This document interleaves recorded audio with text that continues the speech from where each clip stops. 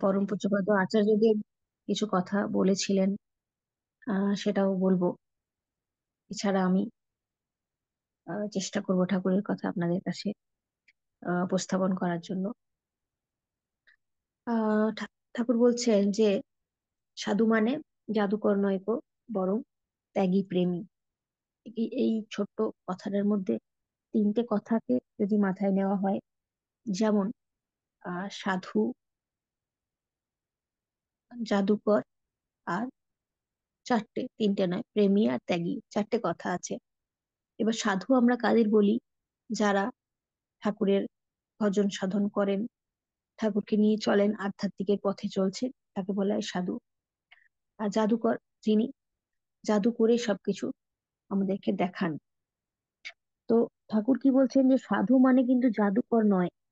পরম পূজ্যপাদ আচার্যদেব একদিন বলছেন যে আহ, আমার এমন কোনো আদর্শ দরকার নেই, বা এমন কোনো গুরুর কে আমি আদর্শ বলে বা গুরু বলে মানতে চাই না, যিনি সবকিছুই ওই জাদুর মতন আমার কাছে এনে দেবেন।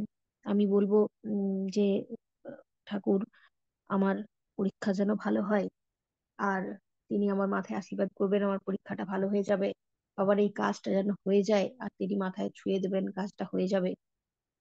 যেমন আমরা পরীক্ষায় যাই যখন, তখন পেন নিয়ে যাই, তো পেনটা ছুঁয়ে দেবো আমি, তো পরীক্ষাটা ভালো হয়ে যাবে। এইরকম গুরু আমার দরকার নেই। কেন দরকার নেই? তিনি বলছেন তাহলে আমি অকেজো হয়ে যাচ্ছি, আমি অযোগ্য হয়ে যাচ্ছি।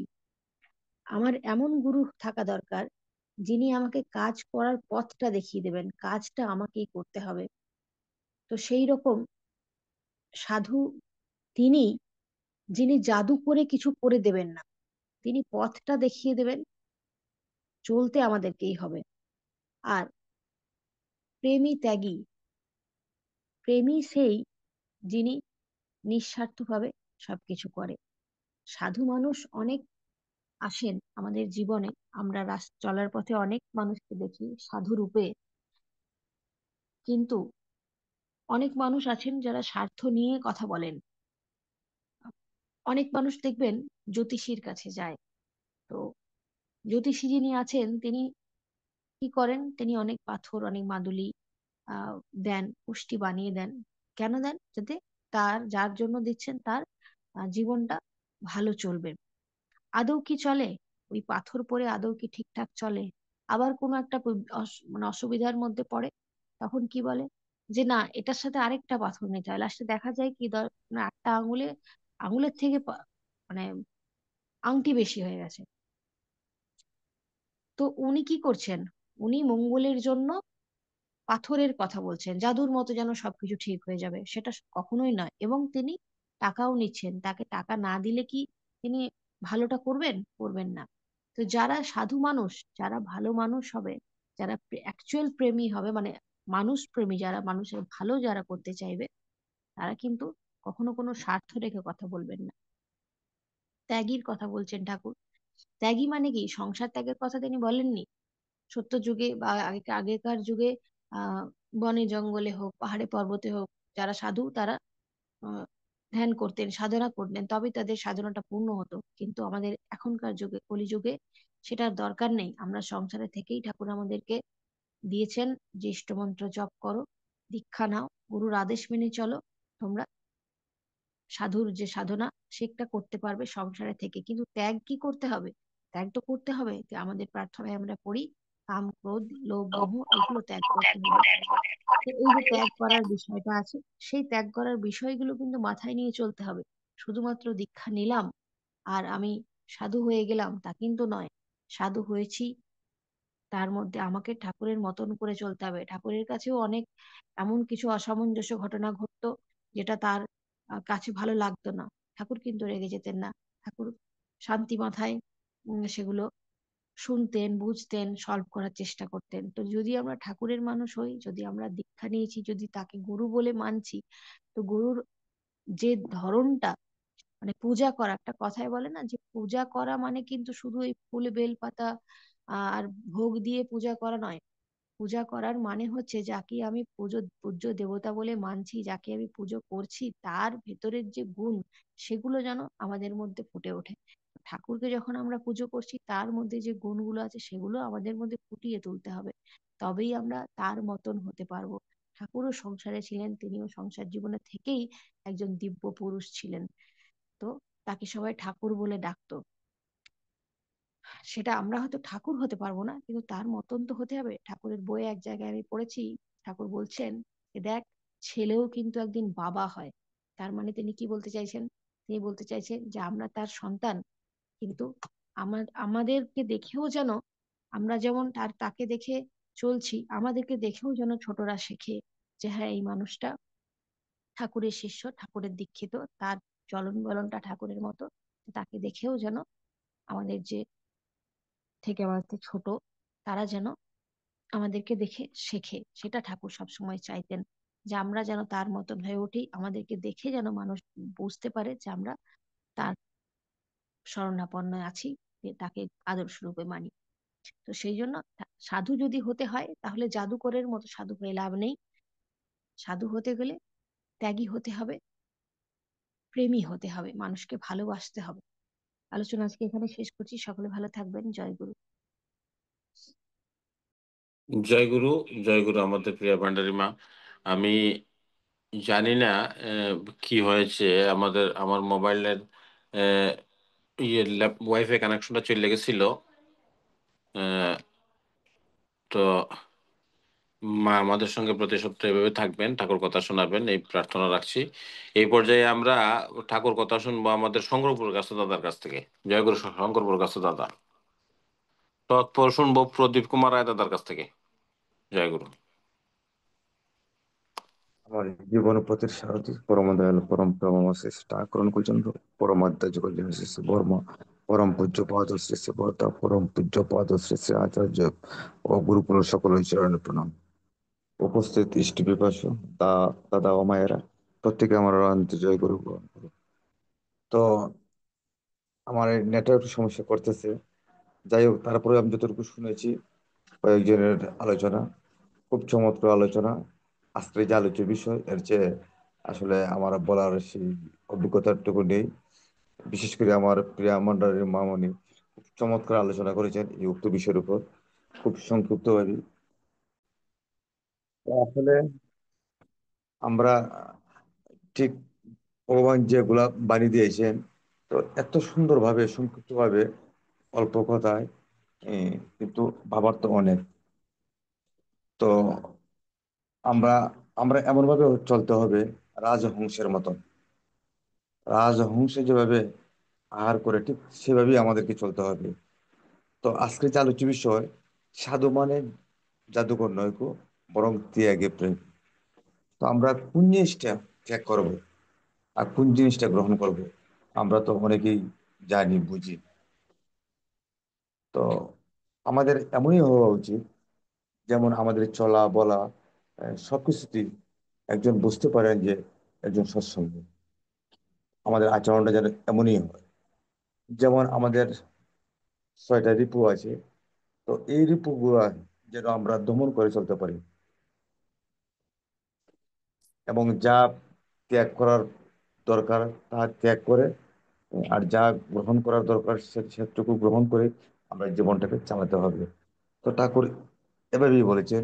আসলে কিন্তু যারা সাধু এমন কোনো জাদুকর নয়, শুধু তাদের এই ত্যাগের মাধ্যমে। তো পূর্ব বক্তা বলেছেন, তো আরো অনেকে বলেছেন, আগে যারা সাধনা করেছেন রণে বনে জলে জঙ্গলে, ওনারা গিয়েছেন, কিন্তু এখন আর গৃহ থেকে সংসার থেকে ত্যাগী হতে হবে। কোন ধরনের ত্যাগী? সংসার ত্যাগী নয়, ওই যে শরীরপুর ত্যাগটা করতে হবে। তো উপস্থিত বিকশন, তো আমি উক্ত বিষয়ের উপর আমার আর বলার কিছু নেই। চমৎকার আজকে আলোচনা হয়েছে, এবং আজকের এই যে সৎসঙ্গের এই আসলে উপস্থিতি এবং আলোচনা, গান সবকিছু মিলিয়ে খুব চমৎকার একটা আমার কাছে লাগছে। জানি না, তো আর একটা বিষয় সবার দৃষ্টি আকর্ষণ করেছি। তো এখন তো আস্তে আস্তে প্রার্থনার টাইমটা সংক্ষিপ্ত হয়ে আসছে, যেমন 5টা 10-এ আজকে শুরু হলো। তো আমরা যদি এই শনিবারের প্রার্থনাটা একটু আগানি যায় কিনা, দাদার কাছে আমার বিনীত অনুরোধ। তো আপনারা একটু আলোচনা করে দেখবেন সম্ভব হয় কিনা। যদি সম্ভব হয় তো হইল, না তো ঠিকই আছে। তো যাক, আজকের উপস্থিত এবং যারা উপস্থিত হতে পারে নাই সবার মঙ্গল কামনা করে এখানে আমার সংক্ষিপ্ত আলোচনা সমাপ্ত করলাম। জয় গুরু।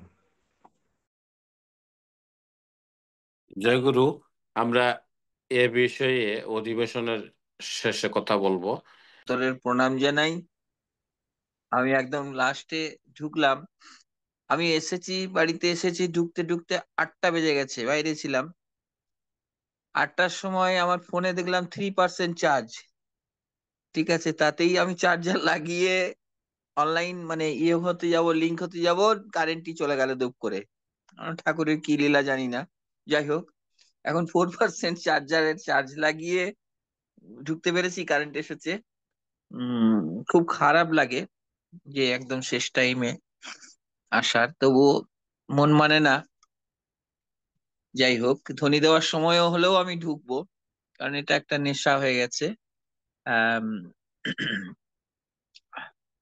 পলাশদা, আজকের বাণীটা বোধ হয় আহ সাধু মানে নাকি? আগে সাধু, সাধু মানে জাদুকর নয় কো, ত্যাগী প্রেমী। বরং জ্ঞান।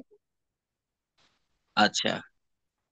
আহ প্রিয় পরমের সত্যানুসরণের আহ একটি অমৃত নিঃসন্দি বাণী। সাধু মানে জাদুকর নয় কো, বরং ত্যাগী ও প্রেমী। আমরা সাধারণত হাটে বাজারে অনেক রকম সাধু দেখতে পাই। এখন মেলাতেও সাধু দেখা যায়।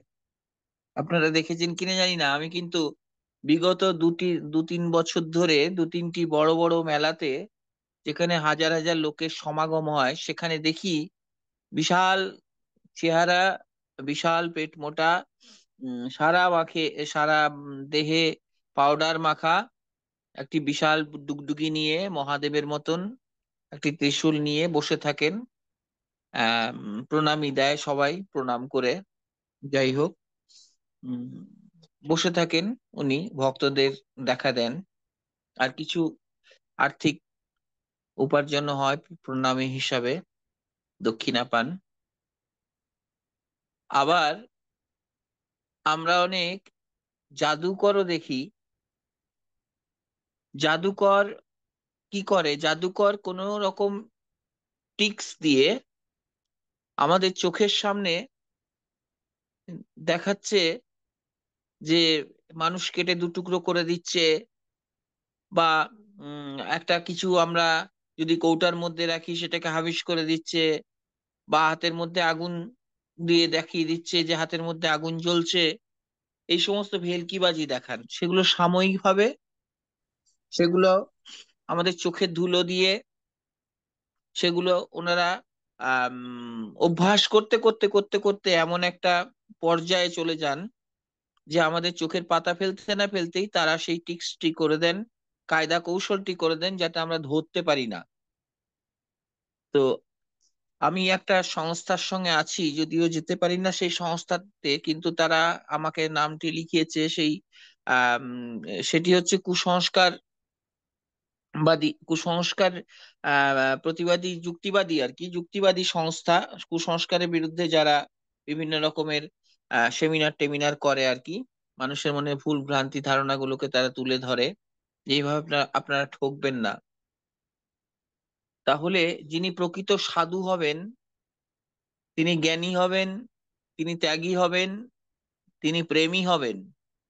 প্রকৃত যিনি সাধু হবেন, আহ উম, আমি শুনেছিলাম একজন ভক্ত মানুষের কাছে যে ভগবান শ্রীকৃষ্ণ অর্জুনকে গীতা জ্ঞান দান করার সময় এক জায়গায় বলেছিলেন যে আহ, তোমার আমার পার্থ বহু জন্মগত, সেসব জানো না তুমি, আমি অবগত।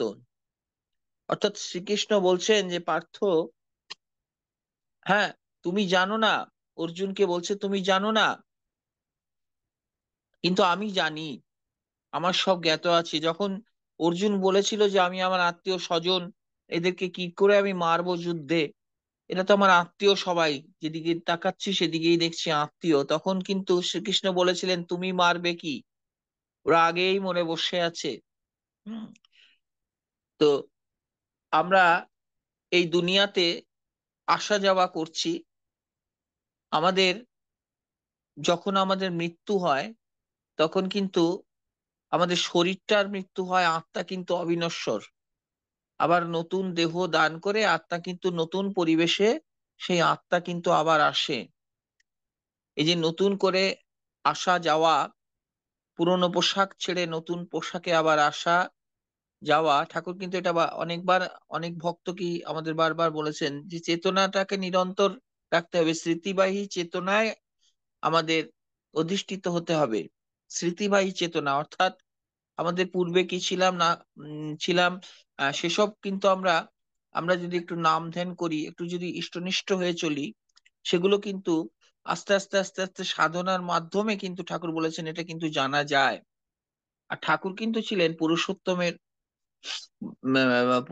পুরুষোত্তম তিনি, তিনি স্মৃতিবাহী চেতনার অধিকারী, এবং তিনি স্মৃতিতে নিয়ে আসতে পারতেন যে তিনি আগের জন্মে কি ছিলেন, কোথায় লীলা করেছেন। আর তাই তিনি কিন্তু অনেক আহ অনেক কিছু ঘটনা তার মুখে মানে শোনা গেছে, যে যেগুলি কিন্তু মানুষ যারা পাশে থাকতো তারা কিন্তু অবাক হয়ে যেত। এটা কিন্তু আমরা পারবো না।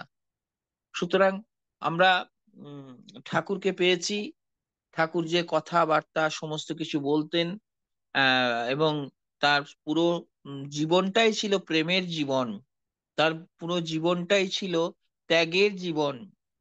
তিনি কিন্তু যা কিছু ভিক্ষা চেয়েছেন মানুষের কাছে, তখনকার দিনে 10 টাকা, 20 টাকা কি 50 টাকা, সেই সময়কার আর কি, তখন 10 টাকা, 20 টাকা, 50 টাকার বহু মানে অনেক মূল্য। তো যেগুলি ভিক্ষা চেয়েছেন, এমনকি একটি বস্ত্র ভিক্ষা চাইলেও ঠাকুরকে, ঠাকুর যখন চেয়েছেন তিনি কিন্তু নিজের জন্য চাননি, কাউকে দেবার জন্যই তিনি সংগ্রহ করে দিয়েছেন। আর তার কথাবার্তায়, তার আভাস ইঙ্গিতে তিনি যাই করতেন সেখানে তিনি তার স্বরূপকে প্রকাশ করে গেছেন। এগুলো আমরা কি করে বুঝি? তার যে লীলা, সেই লীলা গুলো যারা প্রত্যক্ষভাবে দর্শন করেছেন এবং সেগুলো পুস্তকের মধ্যে লিপিবদ্ধ করে গেছেন, সেগুলো কিন্তু পড়লেই আমরা বুঝতে পারি। তা আমরা সাধারণভাবে আমরা কিন্তু অনেক কথা বলি যে কথার কথা। তো কথার কথা, ঠাকুরের কাছে কথার কথা বলে কিন্তু কিছু ছিল না। আমরা অনেক সময় বলি যে এটা আমি বলে দিলাম, এটা কথার কথা একটা বললাম, উপমা দিলাম। তো ঠাকুর কিন্তু এই কথার কথা বলতেন না কখনো। তিনি যা বলতেন সেটাই সত্য।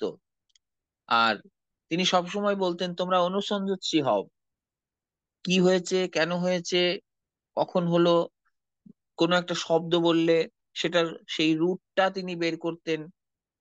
তো তাই তিনি বৈশিষ্ট্যপালী, অর্থাৎ যার যা বৈশিষ্ট্য সেই অনুযায়ী তাকে তিনি সেইভাবে আশীর্বাদ করতেন।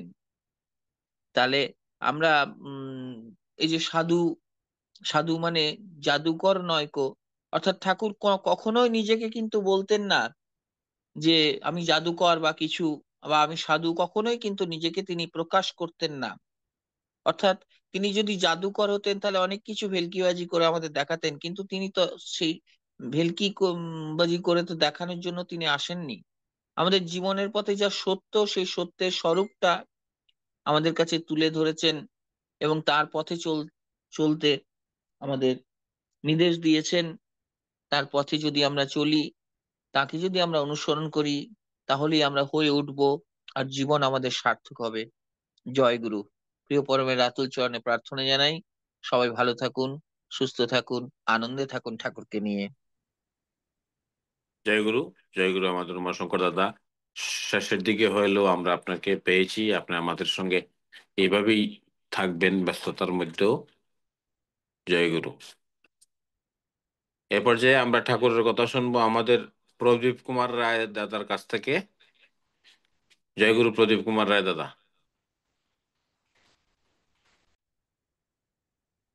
আমার জীবন পথের সারথী পরম দয়াল পরম ব্রহ্মশ্রী ঠাকুর রাতুল চরণে প্রণাম জানাই। তারই লীলা সঙ্গিনী পরম পূজনী শ্রী শ্রী বর্মা রথের জন্য প্রণাম জানাই, সৎসঙ্গী প্রধান আচার্যদেব পরম পূজ্য পাদ শ্রী দাদা রথের জন্য প্রণাম জানাই, সৎসঙ্গীর আচার্যদেব পরম পূজ্য পাদ শ্রী দাদা রথের জন্য প্রণাম জানাই, গুরু পরিবারের সকলের জন্য।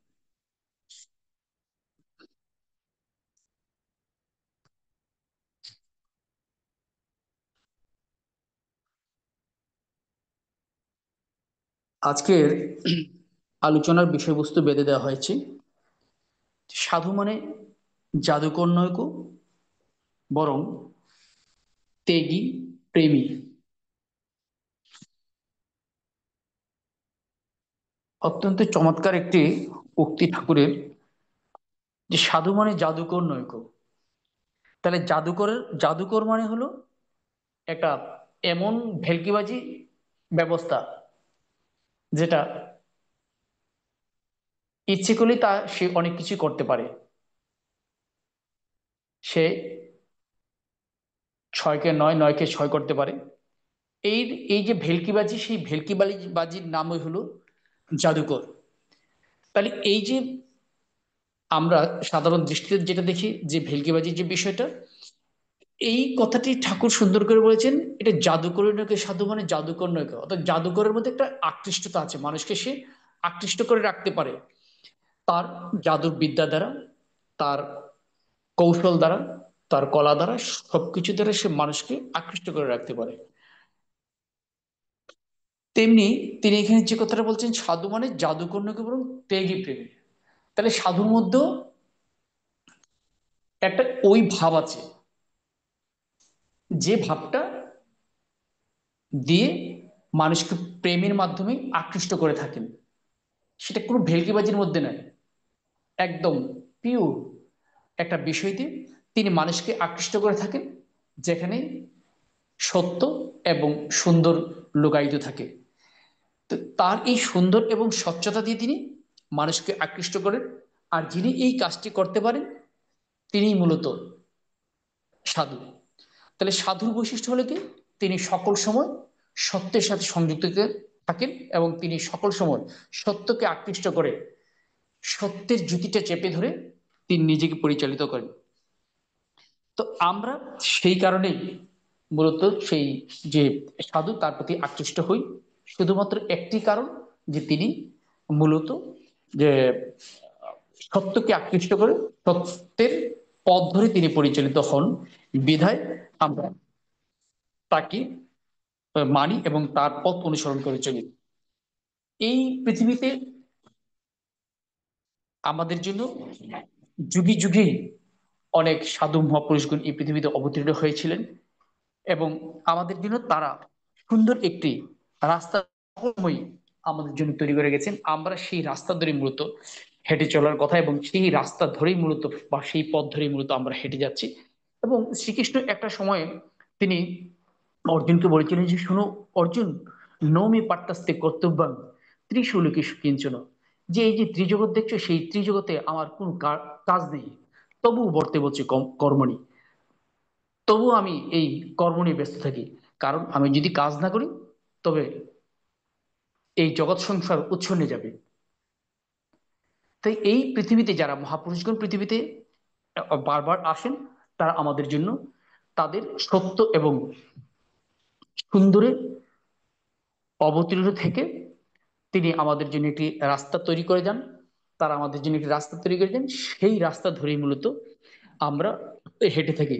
ঠিক তারই ধারাবাহিকতা ঠাকুর এই জগতে এসে তিনি যা কিছু করেছেন তার সমস্ত জীবন দিয়ে সেটা সত্য এবং সুন্দরীর পথ ধরেই করে চলেছেন। তা না হলে আমরা আজকে ঠাকুরের 138তম জন্মবার্ষিকী আমরা পালন করলাম। সেই যে 138 বছর যাবৎ শ্রী শ্রী ঠাকুরকে নিয়ে সমস্ত বিশ্বে মানুষ মাথায় নিয়ে চলছে, এটা শুধু একমাত্র একটাই কারণ, তিনি সত্য, তিনি যুগে যুগে সত্য, তিনি সুন্দর এবং সুন্দরীর প্রতীক। তাই আজকের যে আলোচনা, সেই আলোচনা অত্যন্ত সার্থক, এবং যারা এই ইতিমধ্যে অত্যন্ত চমৎকার ভাবে আলোচনা করেছেন, আমি খুব মনোযোগ দিয়ে শুনছিলাম। সকলের মঙ্গল হোক, কল্যাণ হোক, এই আশাবাদ ব্যক্ত করে আমার সংক্ষিপ্ত আলোচনা এখানেই শেষ করছি। জয় গুরু। জয়গুরু। আমাদের প্রদীপ কুমার রায় দাদা। রাধে রাধে কৃষ্ণ কৃষ্ণ গোবিন্দ গোবিন্দ বলো রে, জয় রাধে রাধে কৃষ্ণ কৃষ্ণ গোবিন্দ গোবিন্দ বলো রে, রাধে গোবিন্দ গোবিন্দ গোবিন্দ গোবিন্দ গোবিন্দ বলে সদা ডাকো রে, জয় রাধে রাধে কৃষ্ণ কৃষ্ণ গোবিন্দ গোবিন্দ বলো রে, ছাড়ো রে মনে কাপড় চাতুরি, বদনে বলো হরি হরি, হরির নাম পরম ব্রহ্ম, জীবের মূল ধর্ম, অধর্ম কুকর্ম ছাড়ো রে, জয় রাধে রাধে কৃষ্ণ কৃষ্ণ গোবিন্দ গোবিন্দ বলো রে, ছাড়ো রে মন ভাবের আশা, অজপা নামের করো রে নেশা, রাধে গোবিন্দ নামটি বধনে লয়ে, নয়ন নীরে সদা ভাসরে, জয় রাধে রাধে কৃষ্ণ কৃষ্ণ গোবিন্দ গোবিন্দ বলো রে, রাধে গোবিন্দ গোবিন্দ গোবিন্দ গোবিন্দ গোবিন্দ বলে সদা ডাকো রে, জয় রাধে রাধে কৃষ্ণ কৃষ্ণ গোবিন্দ গোবিন্দ বলো রে, ছাড়ো রে মনে কাপড় চাতুরি, বদনে বলো হরি হরি, হরি বল হরি বল হরি বল হরি বল, হরি বল হরি বল হরি বল হরি বল,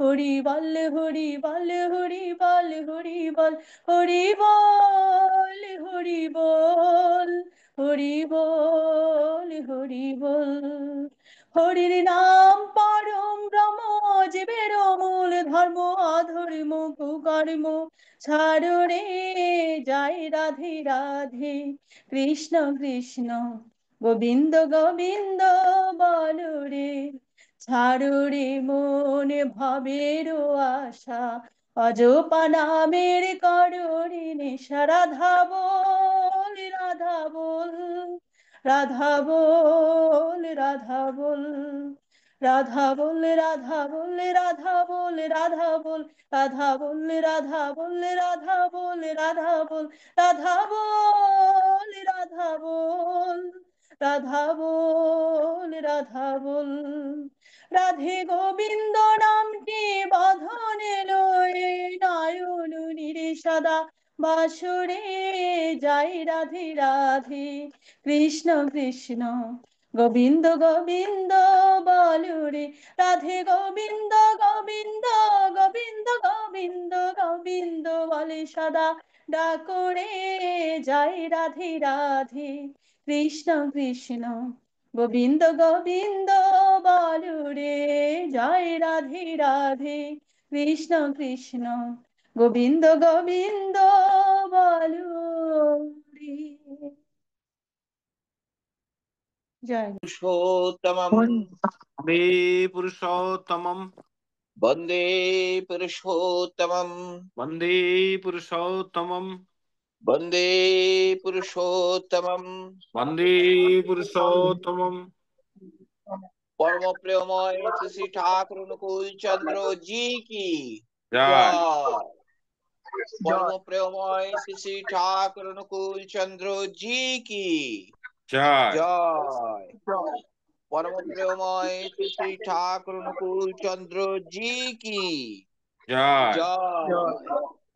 পরমারাধ্যা জগজ্জননী শ্রী শ্রী বড় মা কি জয়। জয়। পরমারাধ্যা জগজ্জননী শ্রী শ্রী বড় মা কি জয়। জয়। পরমারাধ্যা জগজ্জননী শ্রী শ্রী বড় মা কি জয়। জয়।